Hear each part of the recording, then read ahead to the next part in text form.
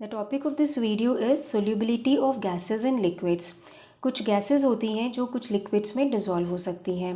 तो जब एक गैस एक लिक्विड में डिज़ोल्व होती है तो जो सोल्यूशन बनता है उस सोल्यूशन के ऊपर थोड़ा सा अमाउंट उस प्योर गैस का भी प्रेजेंट होता है।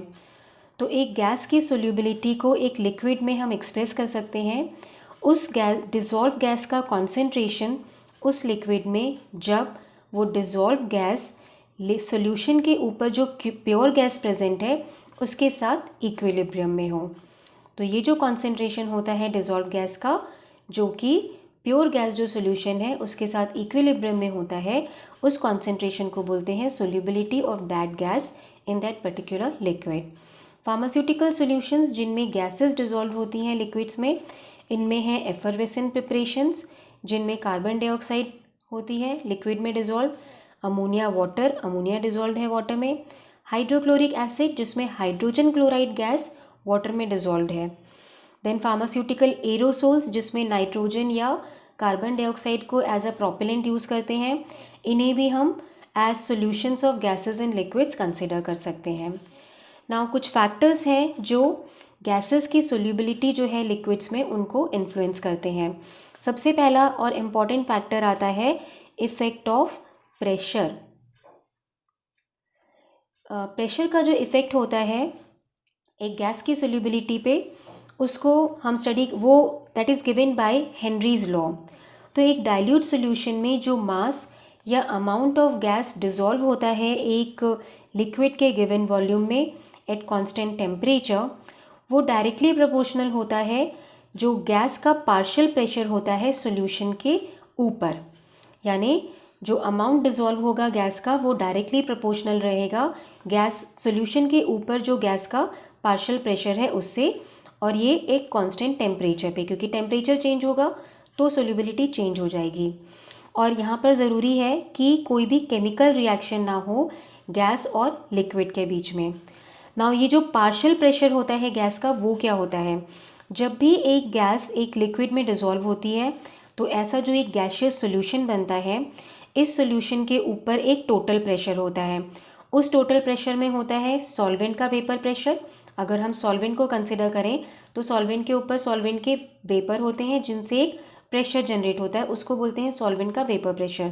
तो ये सॉल्वेंट का वेपर प्रेशर और जो अनडिज़ोल्व गैस सॉल्यूशन के ऊपर है, इन दोनों को मिला के इस सॉल्यूशन का एक टोटल प्रेशर होता है।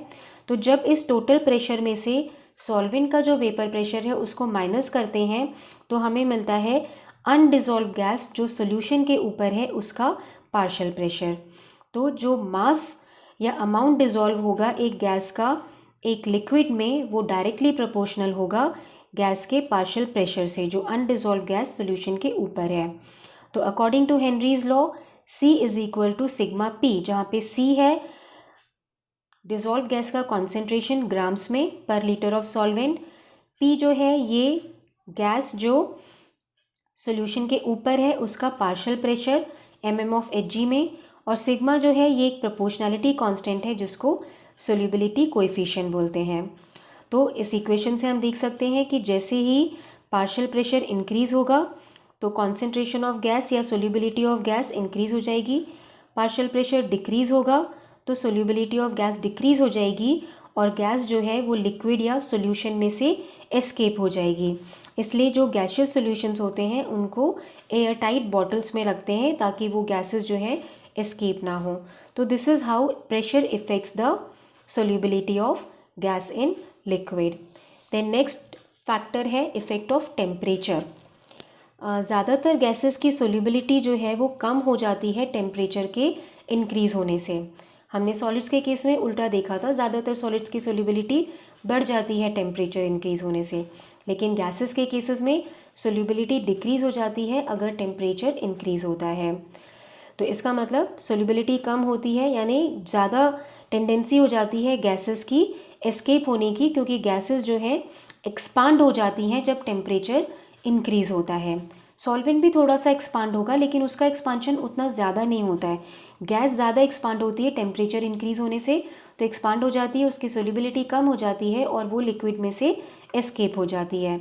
फॉर एग्ज़ाम्पल अगर हम कंसिडर करें ऑक्सीजन जो डिज़ोल्व हो रहा है वाटर में, 10 डिग्री सेल्सियस पे वाटर जो है 3.25 ml ऑक्सीजन को डिज़ोल्व करता है पर 100 ml, लेकिन 20 डिग्री सेल्सियस पे सोल्यूबिलिटी डिक्रीज़ होके हो जाती है 2.85 ml, यानी टेम्परेचर इंक्रीज़ हुआ तो सोल्यूबिलिटी ऑक्सीजन की वाटर में डिक्रीज़ हो गई।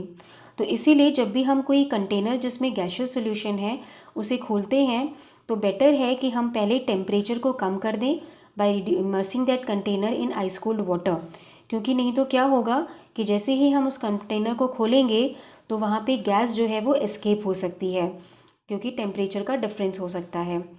सो this is how temperature affects the solubility of gas. Temperature increase होगा तो सोल्यूबिलिटी डिक्रीज होगी। Then comes effect of electrolytes and non electrolytes.